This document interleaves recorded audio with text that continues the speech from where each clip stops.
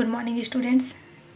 मैंने आप लोगों के लिए एक मानचित्र के ऊपर एक वीडियो तैयार किया है जिसमें मैंने इस्तेमाल किया है भारत औसतन तापमान का ये इस्तेमाल किया है क्योंकि इसमें मुझे सरल लगा आप लोगों को बताने के लिए, क्योंकि इसमें जितने भी जो राज्य हैं 28 राज्य हैं उनकी चित्र को बहुत अच्छे तरीके से दिखाया गया जिससे आप लोगों को समझने में काफ़ी सुविधा होगी। तो चलिए हम वीडियो को आगे बढ़ाते हुए कुछ मानचित्र के बारे में जानने की कोशिश करेंगे। सबसे पहले मानचित्र को हमें ये समझना होगा कि मानचित्र में कहीं भी मानचित्र को रखा जाता है तो हमेशा उसमें दिशा अंकित करना होता है। तो दिशा अंकित यहाँ पे हमें दिखाया गया है कि हमेशा वो उत्तर दिशा को हमेशा ऊपर रखा जाता है, नीचे दक्षिण और इधर पूर्व और इधर पश्चिम होंगे। तो इस तरीके से आप लोगों को दिशा का ज्ञान हो गया कि किस तरीके से मानचित्र को हम देखते हैं। तो सबसे पहले दिशा का ज्ञान होना बहुत ज़रूरी है। तो आप लोगों ने 8th क्लास में भी 7th क्लास में भी काफ़ी मानचित्र के बारे में जानकारी प्राप्त कर ली है, तो उसी को मैं यहाँ कंटिन्यू करना चाहती हूँ ताकि आप लोगों को थोड़ी सी सुविधा हो, क्योंकि 9th के चैप्टर में ख़ास तौर से मानचित्र का एक चैप्टर दिया गया है जिसमें काफ़ी मानचित्र किस तरीके से होते हैं, कितने प्रकार के होते हैं और उनके बारे में विस्तार से बतलाया गया है। लेकिन यहाँ पे आप लोगों को तैयारी करवाने की वजह से मुझे ये वीडियो बनाना पड़ रहा है जिसमें मैं आप लोगों को समझाने की कोशिश ये करना चाह रही हूँ कि मानचित्र को जो भरा जाता है वो कैसा भरा जाता है, उसके संकेत चिन्ह आप कैसे डाल सकते हैं, उसके इस्तेमाल के बारे में। तो चलिए आगे देखते हैं।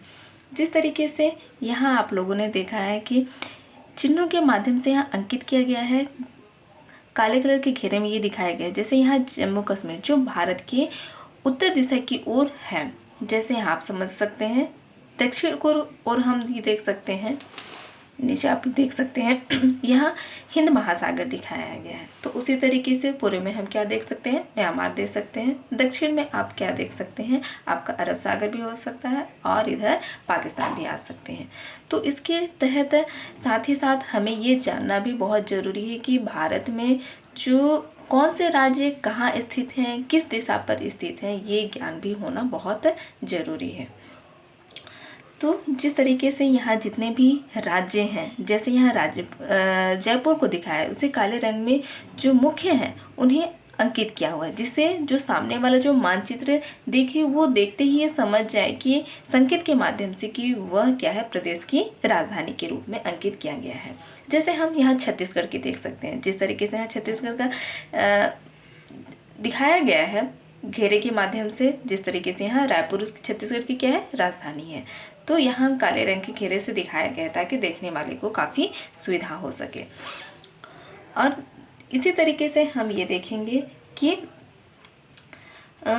इसमें हमें ये देखना है कि इसके तहत भारत के नक्शे में और क्या क्या चीज़ें पूछी जाती हैं और हम किस तरीके से उसे भर सकते हैं, उसे अंकित कैसे कर सकते हैं, उसे संकेत चिन्ह में कैसे दिखा सकते हैं।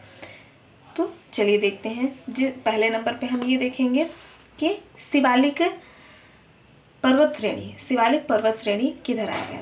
तो ये क्या है, भारत की उच्च में जो है ये वाले क्षेत्र ये आएंगे क्या, आपके शिवालिक पर्वत श्रेणी। और उसके बाद में हम देखेंगे आपका सर्वाधिक वर्षा वाला क्षेत्र। तो सर्वाधिक वर्षा वाला क्षेत्र हम सभी जानते हैं कि मेघालय में क्या है, सर्वाधिक वर्षा वाला क्षेत्र है। तो हम यहाँ उसे अंकित कर सकते हैं। और ध्यान रहे आप एक ही संकेत चिन्ह का इस्तेमाल नहीं करेंगे। अगर एक जैसे आप संकेत चिन्ह का इस्तेमाल करेंगे तो इससे सामने जो समझने वाला है उसे दिक्कत होगी। इसलिए जब भी आप संकेत चिन्ह का इस्तेमाल करें तो संकेत चिन्ह अलग अलग तरह से आप कर सकते हैं। जैसे मैंने यहाँ पे वर्षा का एक चिन्ह या बूंद के हिसाब से डॉट के हिसाब से मैंने अंकित किया हुआ है। तो आप यहाँ पे जैसे शिवालिक पर्वत श्रेणी के बारे में हमने पढ़ा, तो यहाँ आप उसे पर्वत के आकार में भी उसे आप अंकित कर सकते हैं, जो यहाँ से लेकर के आपका ये वाले क्षेत्र का है। अब आगे देखते हैं और क्या क्या भरा जा सकता है भारत के नक्शे पे। अब देख सकते हैं थार का मरुस्थल। थार का मरुस्थल, इस लेसन को भी आप लोगों ने क्लास 8 में कुछ हद तक काफ़ी बार प्रदेशों के बारे में जानकारी प्राप्त की थी, तो आप लोगों को पता होगा कि थार का जो मरुस्थल आएगा वो ये वाले क्षेत्र जो कि राजस्थान में है। आप लोगों को ये दिमाग में ये बैठा करके रखना है कि किस तरीके से राज्य कहाँ है, किस जगह पर है, ये तभी आप मानचित्र को बेहतर ढंग से भर सकते हैं। तो यहाँ हम क्या करेंगे, आपका ये आएगा थार का मरुस्थल हो गया।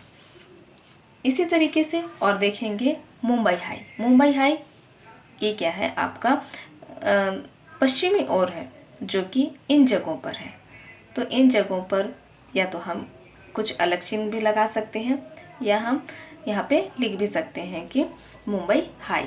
और साथ ही साथ और एक बात है कि जैसे यहाँ बंगाल की खाड़ी दी गई है, अरब सागर दिया गया है, हिंद महासागर, इसके लिए आप लोगों को संकेत चिन्ह बनाने की आवश्यकता नहीं है। आप सिर्फ यहाँ पे बंगाल की खाड़ी लिख सकते हैं, नीचे हिंद महासागर, जैसे यहाँ लिखा हुआ है हिंद महासागर, और इधर आपका अरब सागर दिया गया है।